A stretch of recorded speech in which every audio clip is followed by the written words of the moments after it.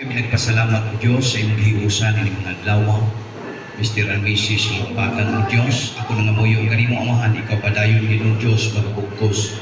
Ngadto kanila amahan, iyahin sila sa kanunay Ginong Diyos pagkamataron. Sa mga dalan o God nga imong ipasunod ngadto kanila, ikaw padayon amahan, magasaplay, magakural sa mga humili Ginoo.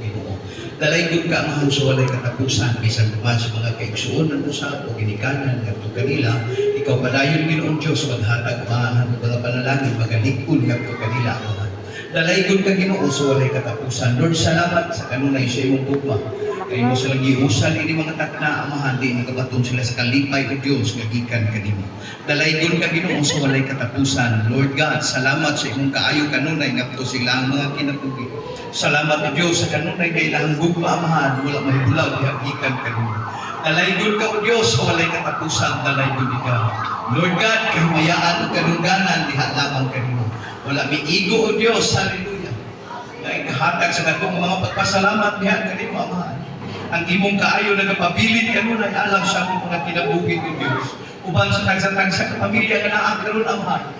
Dalaygon ka sa walay katapusan, ibubo sa kanunay o Diyos at panalangin, ibubo sa kanunay amahan ang gugma, ibubo sa kanunay Ginong Diyos ang kalikod ug ang pulong alang kanimo Ginoo. Dalaygon ka sa walay katapusan, kahimayaan ug kadungganan diha lamang kanimo in Jesus name. Amen. Amen.